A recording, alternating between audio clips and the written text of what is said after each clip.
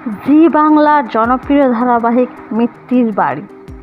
শুরু থেকে ধারাবাহিকের টিআরপিটা খুব ভালো জায়গায় নেই।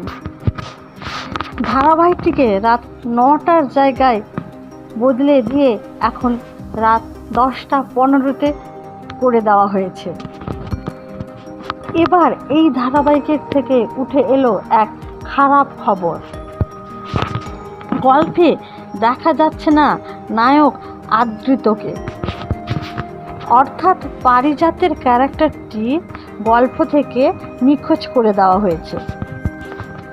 এদিকে শুটিং ফ্লোরে আর দেখা যাচ্ছে না আদৃতকে। তাই টেলিপাড়ায় গুঞ্জন মিত্তির বাড়ি থেকে সরিয়ে দেওয়া হয়েছে আদৃত রায়কে। কারণ মিত্তির বাড়িটিকে রাত 10টা 15 করে দেওয়াতে তিনি তার ক্ষোভ জানিয়েছিলেন কিছুদিন আগে। তিনি ভীষণ অখুশি ছিলেন এত রাতে এই ধারাবাহিকটিকে দেওয়ার জন্য।